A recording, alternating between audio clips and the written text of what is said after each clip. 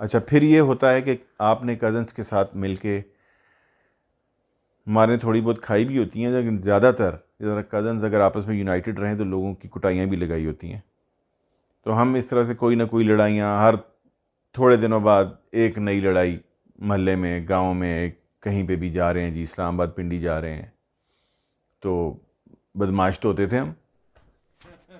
تو اس طرح سے ایک جگہ ہم ایک فلائنگ کوچ والے نے، فلائنگ کوچ کہتے تھے ہم اس کو، کوسٹر کو اس زمانے میں، تو وہ کوسٹر نے سائیڈ ماری میرے کزن کو، اور میں نے پیچھے پیچھے بائک میری آ رہی تھی اور کزنس کی اور دوستوں کی آ رہی تھی، ایسے لگا کہ وہ اس کو ابھی ہٹ کرنے والا تھا. ہمیں بڑا غصہ آیا کہ ڈیلیبریٹلی اس نے یہ کیا.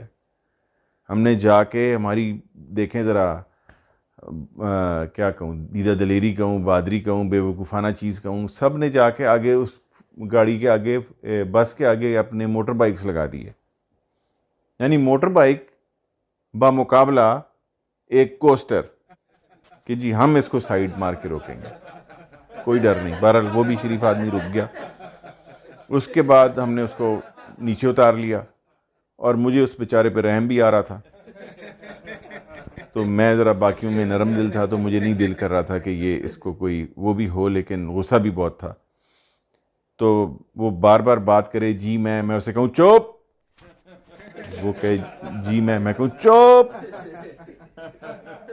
پھر وہ کچھ کہے گا چوپ. اب وہ سارے کزن مجھے دیکھ رہے ہیں کہ کیا کر رہا ہے. اس نے میکسیمم سزا اس کو یہ دی ہے کہ وہ بول نہیں سکتا، اس کو بولنے کی اجازت نہیں ہے.